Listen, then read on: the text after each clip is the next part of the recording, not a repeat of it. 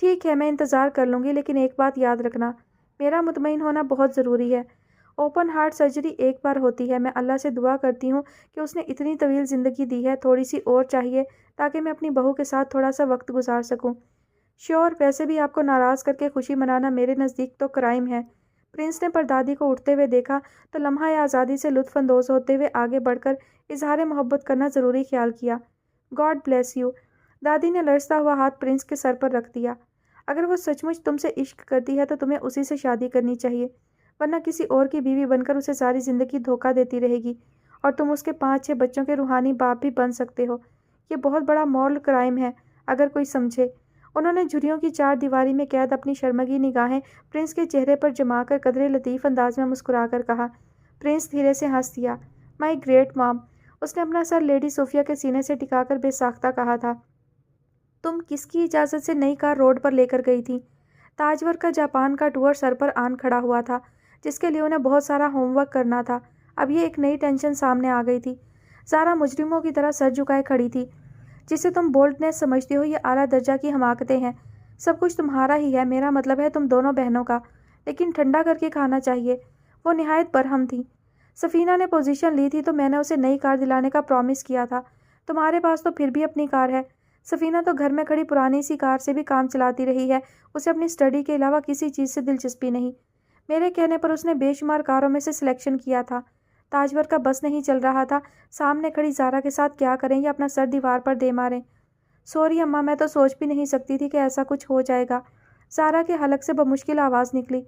اتنا برا تو کوئی سوچنا بھی نہیں چاہتا۔ تاجور شدید ذہنی تناؤ کا شکار ہو رہی تھی۔ ستم بالائے ستم، اس چھوکرے کے ساتھ بائک پر بیٹھ کر آ رہی ہو۔ ڈرائیور کو فون کرتی تو وہ کوئی بھی گاڑی لے کر پہنچ جاتا۔ یہ تو انہیں سیتا نے بتایا تھا کہ ساحل اپنی بائک لے کر زارا کو لینے گیا ہے۔ اماں، میں آپ کو ٹرائی کر رہی تھی مگر سیتا نے بتایا آپ بہت اہم میٹنگ میں ہیں، فارنرز آئے ہوئے ہیں۔ زارا نے جلدی سے اپنی صفائی پیش کرنے کی کوشش کی۔ لیکن تم سیتا کو بتا سکتی تھی کہ تمہارے ساتھ کیا ہوا ہے۔ وہ اتنی کریٹیکل سچویشن میں مجھ سے ڈائریکٹ بات کر سکتی ہے یا مجھ سے تمہاری بات کرا سکتی ہے۔ وہ جیسے کسی صورت زارا کو معاف کرنے کے لیے تیار نہیں تھی۔ اماں، FIR کٹ گئی ہے، انشاءاللہ کار جلدی مل جائے گی۔ زارا نے بڑی سادگی سے تاجور کو ٹھنڈا کرنے کے لیے تسلی دینے کی کوشش کی۔ وہ جن کی 10 سال پہلے کاریں چھین گئی تھیں یا چوری ہو گئی تھیں، انہیں پولیس آج بھی تسلیاں دے رہی ہے۔ تم ڈرائیور کے ساتھ گھر جاؤ، مجھے ابھی یہاں بہت کام ہے۔ تاجور نے اسی طرح خراب موڈ میں اسے وہاں سے جانے کے لیے کہا۔ انٹرکام پر سیتا کو حکم دیا کہ وہ ساحل کو ان کے پاس بھیجے۔ زارا چپ چاپ جانے کے لیے پلٹ گئی تھی۔ وہ کمرے سے باہر آئی تو سامنے سے ساحل آتا دکھائی دیا۔ زارا نے اس کی طرف یوں دیکھا جیسے اس کا خون پی جائے گی۔ پولیس اسٹیشن میں جس طرح وہ اس کا شوہر بن کر بڑی ایفیشنسی جھاڑ رہا تھا، وہ کسی صورت معاف نہیں کر سکتی تھی۔ واپسی میں اس کی بائک کی پھٹ پھٹ کے دوران پھٹ پڑنا مناسب نہیں لگا۔ پھر سیتا کا بھی فون آ گیا تھا۔ وہ ساحل کو جلد آفس پہنچنے کی تاکید کر رہی تھی کہ میم تاجور دونوں کا انتظار کر رہی ہیں۔ ساحل اب اس 4 دیواری کے اندر تھا جو زارا کی سلطنت تھی اور اسے اس کی اوقات کی یاد دہانی کرا رہی تھی۔ دوسرے باس نے طلب کیا تھا، جب سخت گیر باس طلب کرتا ہے تو اللہ سے لو لگائی جاتی ہے۔ وہ طرح دے کر تیزی سے گزر گیا۔ پلٹ کر دیکھنا زارا کی شان کے خلاف تھا۔ وہ آگے بڑھتی جا رہی تھی مگر یوں جیسے آنکھیں پیچھے چپک گئی ہوں اور وہ ساحل کی گردن دبوچنے کے لیے زاویہ طے کر رہی ہو، موقع کی طاق میں ہو۔ اگر اماں کو اس کی حرکتیں بتاؤں تو ابھی اسے جاب سے فارغ کر دیں۔ وہ بدلہ لینے کے جذبے سے ادموئی ہوئی جا رہی تھی۔ تمہارا IQ لیول بہت محدود ہے، سوشل ایٹیکیٹس کا تمہیں نہیں پتہ۔ کتابیں چاٹ کر ڈگری لے لی، جاب مل گئی تو آنکھوں پر پٹی باندھ کر کولو کے بیل کی طرح کام کرنے لگے۔ تم یہاں سے کوئی بھی گاڑی لے جا سکتے تھے۔ ہمارے گھر کے کسی نوکر کے پاس یہ وکٹورین پیریڈ کی بائک نہیں ہے۔ کیا تم نہیں جانتے کہ زارا کا سوشل سٹیٹس کیا ہے؟ اس نے کبھی ایمرجنسی میں بھی آٹو استعمال نہیں کیا۔ تم کار میں بیٹھو گے تو ڈرائیور کے ساتھ آگے بیٹھو گے، بیک سیٹ پر مالکان کے ساتھ نہیں بیٹھو گے۔ تاجور صبح فجر سے متحرک تھیں، آفس میں 3 اہم میٹنگز بھگتائی تھیں۔ لنچ کرنے کا ٹائم نہیں ملا تھا۔ سوچا تھا کہ میٹنگ ختم ہونے کے بعد کچھ کھا لیں گی مگر میٹنگ ختم ہوتے ہی سیتا نے ساری کتھا سنا دی۔ 22 لاکھ کا نقصان، اتنی بڑی خبر خالی پیٹ اور تھکن سے چور حالت میں۔ انسانی فطرت کی بہت سی کمزوریاں ہیں، ان میں سے ایک یہ ہے کہ وہ اپنے سے کمزور پر جی بھر کر دل کی بھڑاس نکال سکتا ہے، کسی تکلف سے کام نہیں لیتا۔ یہ الگ بات کہ بعد میں ضمیر کی لان تان پر اسے اپنی غلطی کا احساس ہو۔ شدید ذہنی دباؤ کی وجہ سے انسان بڑے بڑے مرحلے بھی آسانی سے طے کر جاتا ہے، دست درازی کر سکتا ہے، گالیاں دے سکتا ہے، خودکشی تک کر کے دکھا سکتا ہے۔ سوری میم، میں جان بوجھ کر بائک لے کر گیا تھا، ایسا نہیں ہے کہ میں جلدی میں نکل گیا تھا۔ ساحل اپنی انا و خودداری کے صفاقانہ قتل کے بعد بہت تحمل سے گویا ہوا۔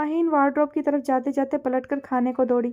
میں تو اچھا سا فنکشن انجوائے کرنا چاہتی تھی مگر تم نے سارے پروگرام کا بیڑا غرق کر دیا، ماہین کوفت بھرے لہجے میں بڑبڑائی۔ ہاں تو اب بھی لیٹ نہیں ہوئی، تیار بھی ہو، چلی جاؤ۔ سفینہ اب ٹھیک سے لیٹ گئی تھی اور آنکھوں پر بازو رکھ لیا تھا۔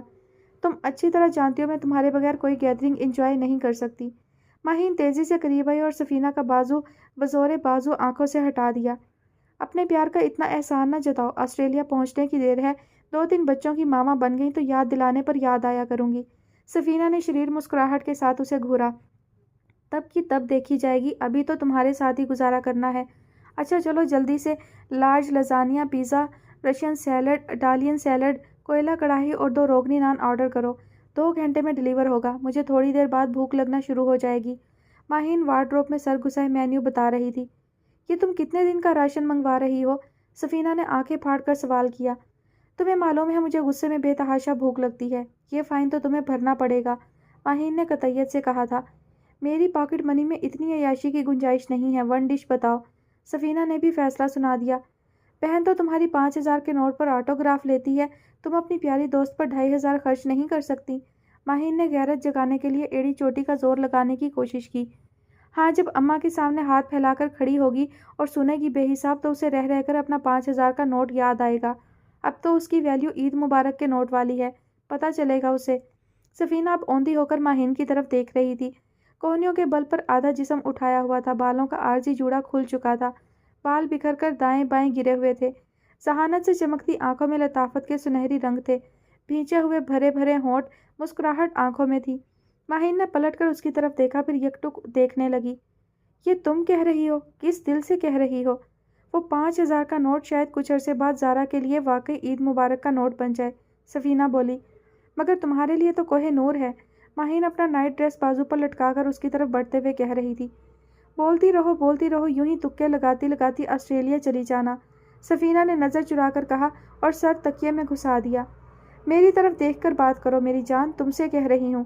ماہین نے قریب آ کر اس کے بال بکھیر دیے مگر سفینہ نے سر نہ اٹھایا۔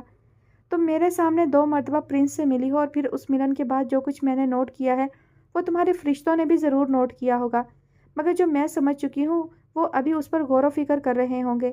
اب ماہین دھپ سے اس کے قریب چپک کر بیٹھ گئی اور شریر انداز میں اسے دھکیلنے لگی۔